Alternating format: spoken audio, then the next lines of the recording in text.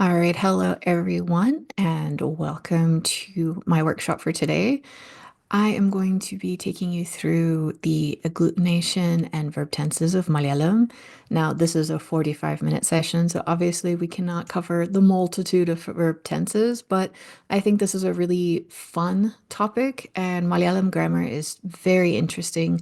So, as someone who might be interested in this language or want to learn more about Dravidian languages, I think this is a really good touch point for people who might want to have a taste of it and then maybe explore it further. So, thank you so much for being present for my workshop, and I hope that you enjoy its contents. Now, to get started, we are going to talk a little bit about me, a little bit about Malayalam, and then we're going to jump right into our verb tenses. And for each tense, we're going to have a little bit of an exercise. So this is something that you can practice. And then we'll also have a Q&A session at the end, and I can provide links to further resources. What you need is a notebook, something to write with, or if you prefer to use a Word document or anything like that, um, have that if you want to participate in the exercises, and also just an interest in learning something new. Maybe you've worked with other Indian languages, maybe you've not, but this is a really fun and I really enjoy working in Malayalam, and I'll tell you a bit more about my story. So, about me, I am a language teacher since 2009. I've worked mostly in teaching English as a foreign language, and I've worked in communities in South Korea, Vietnam, UAE, India, and the US, and I'm currently in Chicago. I do love languages. I've been exposed to a lot of languages throughout my life. Currently, um, English is my mother tongue. I speak Malayalam at a B1 level, a Spanish at a B1 level, and I've recently started dabbling in Korean again. Um, I love that language as well. I also have an online platform through social media called Learn Malayalam with Elikutty.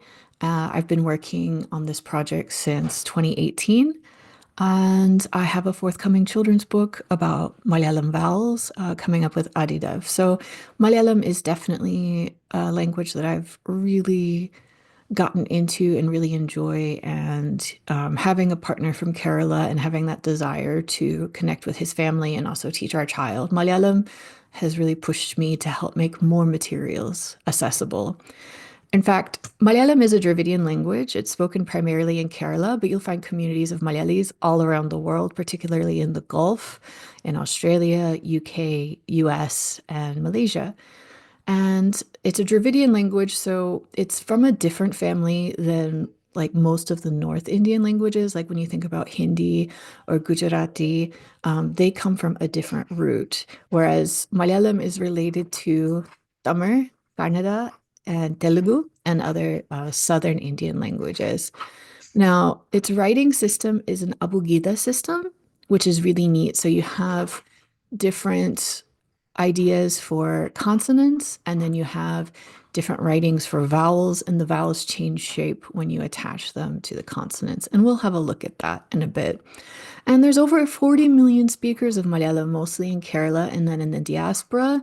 And that's why I feel really strongly about creating materials to help learn Malayalam, because it is a important language and it shows the diversity of languages throughout India, but there's not a lot of resources for it. So part of my goal is to make it more accessible, more fun, and more interesting. So now we're going to jump into the topics of verbs in Malayalam. So, okay, please let me know if my audio is clear. I am using a mic, so I'm hoping that it is clear for you. All right.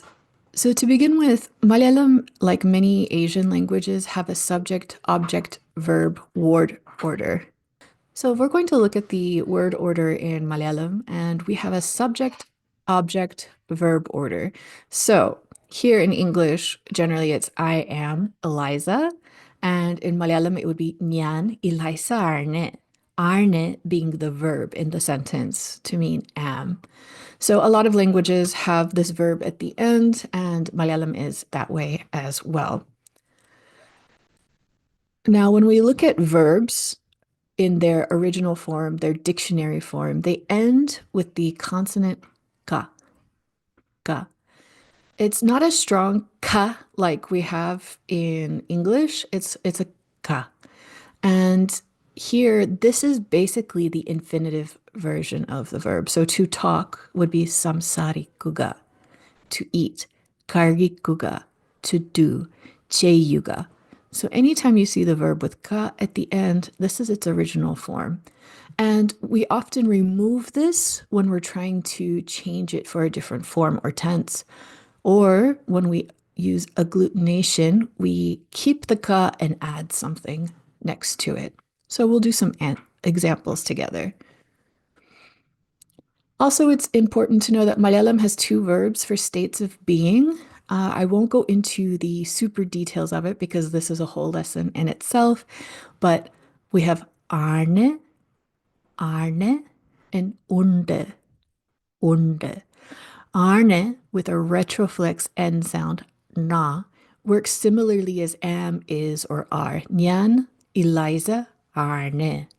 Nyan, Chicagoil, Arne. Nyan, English teacher, Arne. So we use this for am, is, or are. Unde is used more for existence or ownership. For example, എനിക്ക് ഒരു കുട്ടി ഉണ്ട്. I have a child. എനിക്ക് രണ്ട് പൂച്ചകളുണ്ട്. I have two cats. Or എനിക്ക് സന്തോഷമുണ്ട്. I am happy. Or literally, I have happiness. So these two verbs are used quite often for a state of being.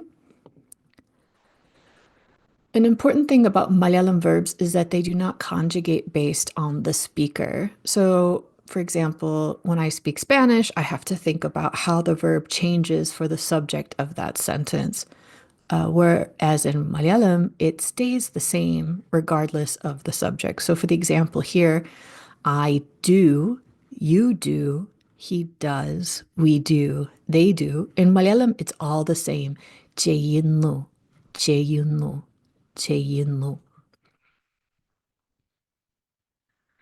So we're going to start with talking about future forms of Malayalam.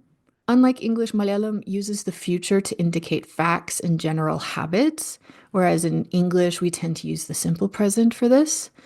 It also indicates future actions. And the way we do this is by removing the ka from the verb and adding So here we have, I drink coffee. Nyan kapi kudikyum. He eats meat. Avin irechi karikyum. We will do the work. Number joli cheyum. They will speak. Avar samsarikyum. So this makes it either a habit or fact, or it can indicate a future action. But notice we remove the ka and add So now here is your chance to practice with this. I've given 4 verbs here. We have to look, nokuga, to run, oduga, to say, parayuga, and to walk, nadukuga. Because we know the rule of removing ka and adding I'd like you to change these verbs into their future form. Take about 2 minutes. All right, so let's look at our suggested answers here. There we go.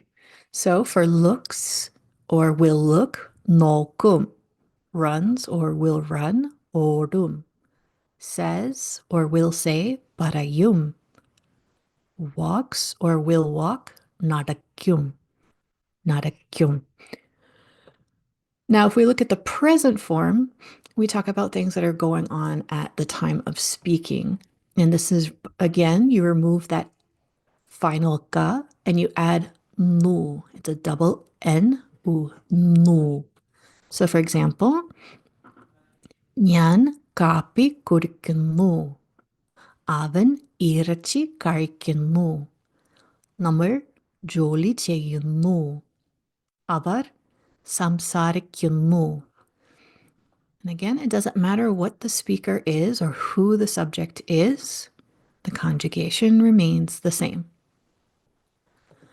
So again, we're going to look at these 4 extra verbs, and I'd like you to conjugate them into a present tense. So again, we have 노구가, 오르가, 빠르유가, and 나두구가. So now, looking here, looking, 노근노, running, 오르노, saying, 빠르윤노, walking, 나르근노. Please note that whenever you see a alphabet with the dot underneath it in the ISO, that means it's a retroflex sound. Malayalam is full of these wonderful retroflex sounds, which just means that your tongue touches the back of the roof of your mouth. So we have a front dental ta, but we also have da. So it's not otuga, it's oduga, da, da. All right. Parayunu, nadakunu. Very nice. Nice work, Jonas. Fun. All right, now for the present continuous. In Malayalam, it's a little bit blurry between the present and present continuous. Quite often when I talk to native speakers, they can't quite draw a line. But I feel that when we use the present continuous, this is something that's more urgently happening right now. So like in English, when we have a process, like, what are you doing these days? Or what are you doing right now? So what are you doing these days? In the cheyinu, that unu we just went over. What are you doing these days? But like, what are you doing right now in this moment? In the cheyigiyarne. So we're going to look here. Now here, instead of conjugating the verb, we're actually agglutinating the word. So we have the full verb, kurikuga, and then we add arne, or in this case, yarne. Remember, arne is that state verb, kind of like how in English we say, I am drinking. Here it's I to drink am, if we think about it literally. So, ഞാൻ കാപ്പി കുടിക്കുകയാണ്. അവൻ ഇറച്ചി കഴിക്കുകയാണ്. നമ്മൾ ജോലി ചെയ്യുകയാണ്. അവർ സംസാരിക്കുകയാണ്. So again, this is something that's happening immediately at the point of conversation. So we have your four verbs again. 노구가, 오르가, 빠르유가, 나르구가. How do we make it into the present continuous using the rule that we've studied? Take a minute. You can write it on paper or type it out, however you like, and we'll go over the answer together. So remember, in this case, we need to hold on to the ka and add yarne. So 노구가 yarne, 오르가 yarne, 빠르유가 yarne, 나르구가 yarne. So we keep the full ka and we add yarne. So up until now, everything has been very consistent. But of course, there's always going to be a catch, and that is the past tense in Malayalam. If you are a hardcore linguist, you can look up the 12 rules about why each one has a different ending. But for more casual learners, it's just really important to learn what the past tense form is when you learn a new verb. And over time, it starts to become more intuitive. Now, for the sake of consistency, I've used the same verbs we've used from the beginning, and this might trick you into thinking that it's similar, but I'll show you some more in a bit so you can see more of the differences. So here in the past, drank is 고리추. So we remove the ka, 고리꾸가, and it's 고리추. 가리꾸가, 가리추. 제유가, 제두. 삼사리꾸가, 삼사리추. So 3 out of 4 here have chu, but I'll show you another slide. Some of the verbs we worked with before. 노구가 becomes 노기. 빠르유가 becomes 빠르뉴. 나르구가 나르누. 띠누가 띠누. 오르가 오디. 에르쿠가 에르뚜. So again, there are a variety of endings, and it's one of those things where you just have to practice it, and over time it becomes more intuitive. Thankfully, the past tense is the only tense that has this very diverse ending structure, So yes, paranyo. Yeah, said paranyo. All right. So making questions. What I really like about Malayalam is the word order stays the same even with a question. A lot of languages do this. So while in English we tend to split the verbs in the question and put the pronoun in the middle, all we need to do in Malayalam is to change the ending to O, long O. So kudichu becomes kudicho, karikyum, karikyumo, cheyunu, cheyunmo. And then here, samsarikugayarne would become samsarikugayarno. So it's a long O, and this just is a question marker. And you would inflect to make it into a question, but everything else in the statement stays the same. So if I would say, Ningal Amerikakaranarne, you are an American. Ni Amerikakaranarno, are you an American? So just the O and the inflection makes it into a question.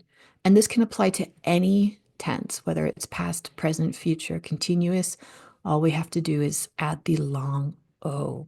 We are going to do a two-part exercise now. The first part is to try to remember how to change the tense. After you change it into the tense, you need to make it into a question. So first part, change the verbs into their past. So I've written the dictionary form here on the left. So first we have oruga, which is run. How do we make that into ran? Parayuga, say. How do we make it is saying right now in this moment is saying? Mokuga is look. How do we say will look? Like we will look at it tomorrow. And narukuga, walk. How do we change it to walks, as in he walks every morning? So take a minute, try to remember the rules, and change these into the correct tense. All right, so let's go over the conjugation first. So to run, odi. So ran, odi, is saying right now in this moment, parayugayarne, will look, nokum, and walks, as in he generally walks, nadakum. So now, how do we make this into a question form? We just add O. So odio, parayugayarno, nokumo, nadakumo. Notice that in the first one, we have a ya. And this is because odi ends with a vowel sound, odi. So we have to add a ya to make it flow better because it's harder to say odio. So we add a ya, odio, odio. Nice. And then finally, we're going to look at how to make it negative. And similarly to questions, regardless of the tense and regardless of the word, or regardless of the verb, the word order remains the same, and we need to add illa. Illa by itself is a word that means no. So if I asked you, Joli chedo, did you do the work? You can say illa, I didn't.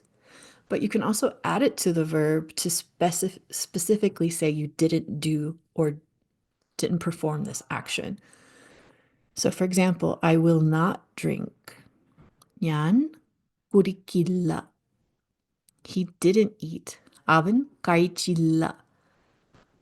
We won't do the work. Nammal joli cheyumilla.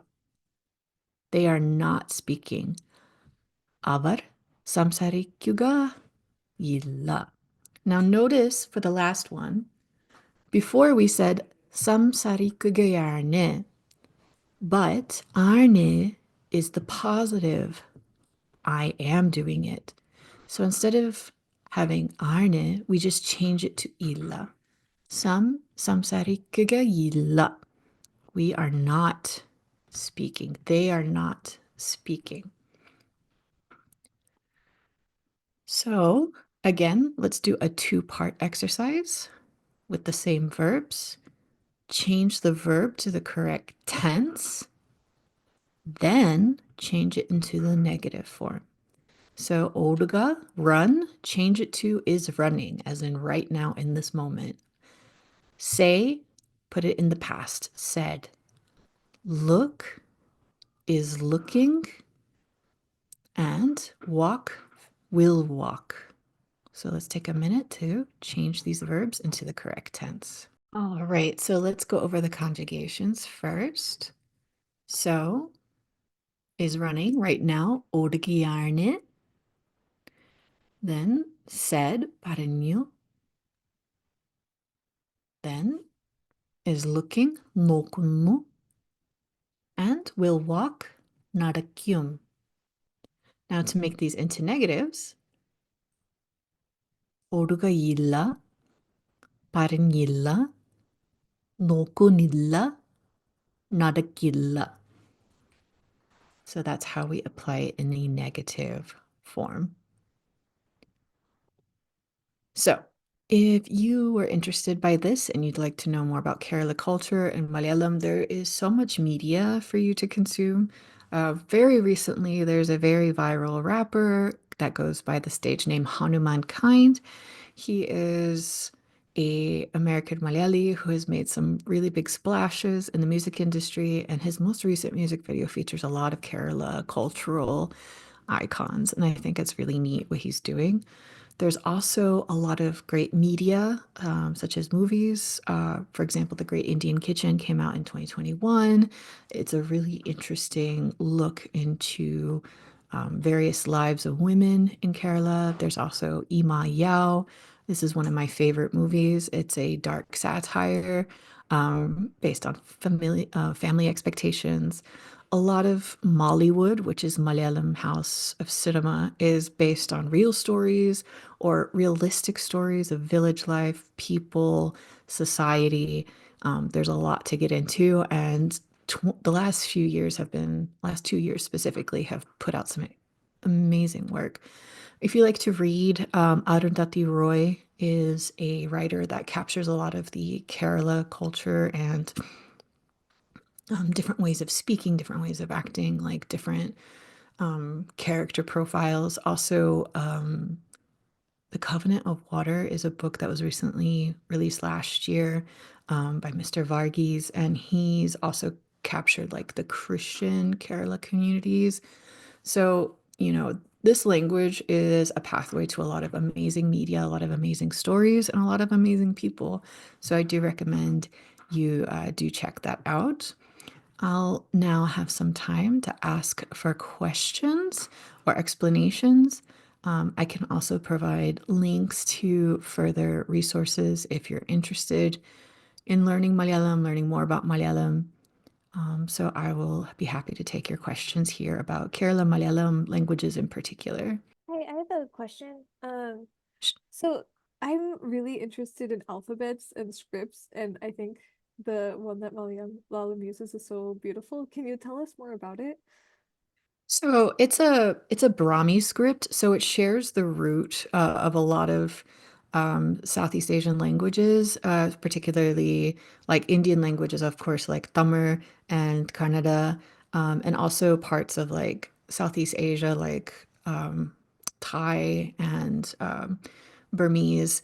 And what's really neat is that it's curly because it was originally written on banana leaves, the way that they took records of things, the way they wrote down stories or took inventory would be on banana leaves. And so writing in a curved line would prevent the stick from breaking through the banana leaf. And if you go to some libraries, research libraries, or even people who have like generational homes, you'll find little boxes of these leaves all sewn together. And there's been a great movement to preserve these because over time, because of the moisture, they do tend to mold. So they have to be oiled and taken care of. But yes, that's really great, Andre. But yeah, so like that's the tradition and that's why it looks the way it does. And it's an abugida system. So the vowels by themselves look a certain way. And then when they're attached to a consonant, they take a different shape. So I think that's really fascinating too. And then they also have what's called construct characters. So for example, you take the letter ka and you take the letter sha and you put it together and you have this new symbol and it's ksha, like in the name Lakshmi. So yeah. Mary, there's 40 million speakers of Malayalam, mostly in Kerala, but also in the diaspora. And the diaspora is heaviest in the Middle East. There's a lot of Malayalis that live in the Gulf. And then there's also expat communities in Malaysia, Singapore, Australia, UK, Germany, Canada. They're everywhere. Malayalis are everywhere. And there's always Malayali associations. So they have really great events throughout the year. So if you look for them, they'll be happy to have you join and learn more about their culture and community. Hi, I have another question, if I Sure. may. So could you maybe tell us a bit about your language learning experiences with Malayalam? So how did you learn the language and how was it for you? What was difficult for you and what was easy for you? And the second part of the same question is, I always get the impression that Dravidian languages are spoken super fast, like 4 times as fast. And I wonder if you experienced this and if for you listening comprehension was maybe super hard in comparison with, I don't know, Korean and Spanish. Absolutely, absolutely. So first, I started learning it in 2018 because my husband is from Kerala, and I always felt that, if I was married or, involved with someone who spoke a different language than me, I would want to learn because my father never learned my stepmother's language. She's from former Yugoslavia. She speaks Serbian.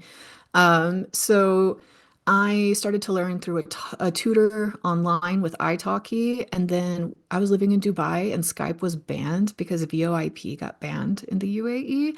So then I had to do a lot of self-study. I do have a background as a language teacher, so like I was able to use that knowledge to kind of find PDFs from various like scholars who had made like descriptions of grammar in Malayalam. And then I found a Peace Corps textbook from the 1960s. There's a really great course book by Dr. Rodney Moog. He has one. It's conversational, but it was published in the 80s.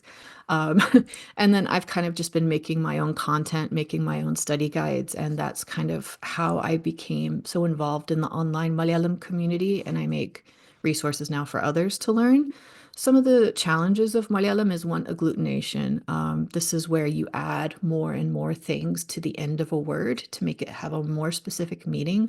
So, like in English, we would have 5 small words to convey this, but in Malayalam, you just have this long word. So, an example I use often is I was making a vlog about going to the caves in Maharashtra. And so in Malayalam, guha means cave. Guhagal is plural caves. Guhagul il, now we're using the dative case. Guhagulile kula, or guhagulileka is direction going toward, and then making it into an adjective is a ula ending. So in English, we would say a journey to the caves. But in Malayalam, it would just be guhagulilekula yatra, 2 words. So that's something where I really had to I would catch myself stopping in the middle of the word, going back and adding something, and then going back and adding something again. So there is a lot of this like mental gymnastics, and especially when the grammar is reversed to what I'm used to. So being verb ending and the clauses come in a different order, that is a lot of mental gymnastics. And then your follow-up question was asking about, can you remind me again, please? Oh, Dravidian languages being Yeah, spoken quickly. Yes. So this is right, something right, right. that's really interesting. So because Malayalam is such an old language, and because Kerala itself wasn't a state until after India gained independence, right? Because you have these different princely states and you have different kingdoms. Malayalam wasn't standardized. And so you go 20 kilometers and someone is speaking a different variety. And then you get close to the borders of other linguistic regions, like when you start approaching places where Kannada is spoken or Tamil is spoken, the language really starts to get very fuzzy. So what often happens is that the Malayalam that you read in a textbook or hear on the news doesn't resemble like what's spoken. And as my husband says, we swallow a lot of what we say. So like a proper way to say what are you doing is "എന്ത് ചെയ്യുകയാണ്?" But my husband, if he would ask, his friend that, he would just say "എന്തി야?" Like it just shortens it completely. And, so sometimes when things are spoken, certain sounds get swallowed, certain sounds get reduced. So I think it's the equivalent of when someone's learning English and, in the book it says, I'm going to go to the store. But in, American, we would just be like, I'm going to go to the store. So it's, we have that informality that's in spoken. So it's definitely a challenge. And for listening, it is a challenge, especially if someone's speaking a variety of Malayalam that I'm not used to. So like my husband's from Kochi, so I'm used to hearing like the Kochi style. But maybe someone from a different region, it would be a bit harder for me to pick up. So really good questions. Thank you. Julie, that's a good observation. And I would say that, like, in the tropical areas, like, that's going to be what's being used. So, like, Kerala, Tamil Nadu, Burma, Thailand, like, where you can find banana leaves, it would make sense for the script to look the way it does because of the medium that was being used for sure. So, but preserving banana leaves is the hardest thing. It's harder to preserve it than paper. So I think that's why a lot of it transitioned to paper eventually because it's just hard to maintain the banana leaves in the climates of these areas. Oh, neat. Fantastic. I have another question if no one else wants to ask anything. Sure. Go Um, ahead. have you tried learning maybe at least the basics of any of the other Dravidian languages like Tamil and Kannada, Telugu, Tulu? I don't know. I And think that I've how are they in comparison? Maybe you notice they are more difficult or less difficult for you to learn or something. I think that Tamil is the easiest language to learn after Malayalam. Like if you're going from Malayalam to another Dravidian language, Tamil would be the easiest because it's the most closely related. I think languages like Telugu and Kannada, they branched off much earlier. And so they had a lot more time to really be, develop in their own, be influenced by neighboring languages or by the indigenous groups in those areas. Um, One of my friends in Dubai that I'm very close to, she's Tamarati, and when her baby was born, I made a book of Tamar alphabets with like little pictures to go with each of the letters, and that's when I was noticing the similarities between the sounds. But then there's also like false friends where like one of them looks like Shah, but it's actually pronounced La. So like there are a few things. But if I listen to Tamar, I can occasionally pick up a word or two. I'm like, that sounds interesting. But Tamar has gender in their language. So that would be something that I think would take a little bit more time. So like conjugating things based on gender. Whereas in Malayalam, there isn't really any conjugation based on, there's not a grammatical gender. Some words have inherent gender in them, like when you're describing a man versus describing a woman, but like we don't have verbs that conjugate based on gender in Malayalam, as in Tamil you do. So that's something interesting. I would love to learn Tamil, but currently I'm focusing on Spanish because I work with migrant students at my school here in Chicago. And so I want to make sure I'm able to help them and advocate for them. And then, of course, Malayalam. And I'm dabbling again in Korean because it's fun and it's a nice break from the others. So great questions. Yeah, so there are several cases in Malayalam. I would say they're similar to the number of cases in German. So you have the nominative case, you have the dative case, you have the associative case, which you use for like saying, I told him. So Nyan avanodu പറഞ്ഞു. So this oru is the associative case. There's also the accusative case, where we add a to the end of an object that's receiving an action, or we use it when we're calling out to someone. So, like my husband's name is Arjun, so Arjune. But if I wanted to say I gave Arjun something, I could say Nyan Arjune um, koduttu. I gave it to Arjun. So there's that case.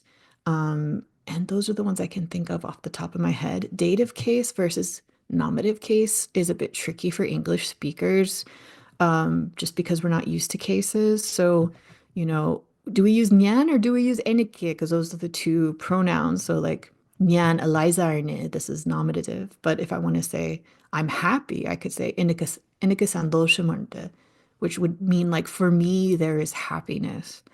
So dative case is a really interesting way to kind of see the perspective of how in a language, like you are something versus you have something. Like in English, I'm hungry. And in many languages, it's I have hunger. And it's like that in Malayalam, എനിക്ക് വിശക്കുന്നു. Like for me, there is hunger. Pronunciation of Malayalam is tricky for a couple things. The first one is that there are aspirated and non-aspirated sounds, and the aspirated sounds are just not as common in a lot of English. So you have like ka, ka, ga, ka, and then when Malayali speak, they don't aspirate as much as you think they would do. Like there's a word for sweet that if you spell it out, it says mitai, but everyone just says mitai. So it's again, like it's not always pronounced how it's written. Another thing that's challenging for English speakers is the retroflexes. So we have like two L sounds. You have the front la, and then you have ra. So the word palli means lizard, and barley means church. And these are two totally different pronunciations. But when I heard them for the first time, I'm like, they sound the same, but they're not. So you have la, ra. You also have the retroflex T sound. So it's the, ra. And the one that's really interesting is there's one that's anglicized as ZH, but it's basically an R, but a retroflex. So it's ra. So like the word for rain, mara, the word for banana, baram. And so the aspirating and the retroflexes, I think, are two of the more challenging pronunciation issues. And then once you start agglutinating and you have these really long words, you kind of just have to pace yourself to get through the syllables until you're more comfortable with them. So that's a very good. Yes, there is a genitive case. Thank you. There's possession. So like in the phone, in the class. Yeah. Fantastic. All right, I have 2 more minutes before I need to wrap up. I'll be happy to take any other questions. You can always shoot me an email. It's eliza.keyton@gmail.com. And I also have my YouTube channel, Learn Malayalam with Elikutty. I do full playlists of pronunciation and lessons, and they're in a curriculum. So it's very guided. Like you start with lesson one, and unlike this workshop where I focused heavily on grammar, I generally take a thematic approach. So we start with a conversation and a theme, and then we go over some vocab, and then we learn how to use it in the grammar, and then we do some activities with that. So as a language teacher, I think it's really important to incorporate all the skills together in a way that makes sense. So I do hope you get a chance to check out my YouTube channel and have a look there if you want to see the basics. And I also have a Discord server where I give free lessons on Sunday for those learning beginner Malayalam.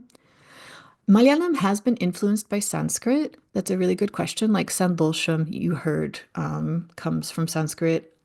And in general, like Malayalam has a Dravidian base, but they've also had a lot of Sanskrit influence, especially with the migration of Brahmins that moved into Kerala and brought Sanskritized language with them.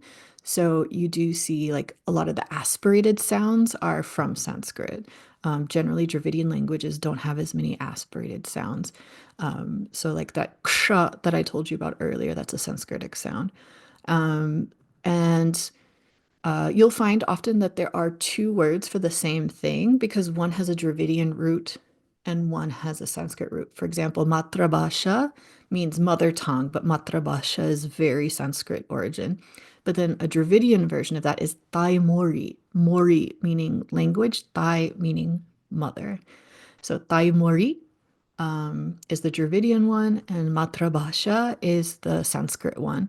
And the use of the word just depends on the person, the group, where they're from, what they've learned, what medium school they went to, and things like that. Very nice questions. All right, that is all for my time today. Thank you so much for joining. Thank you for your lovely questions. I hope that this has sparked your interest in Malayalam. And as I said, you can email me or go to my YouTube channel, and I'll be happy to chat with you even more. I hope you have a great time at the rest of this gathering, and I'll see you next time. So, apoilam paranadapole. That's all to be said for now. Thank you so much.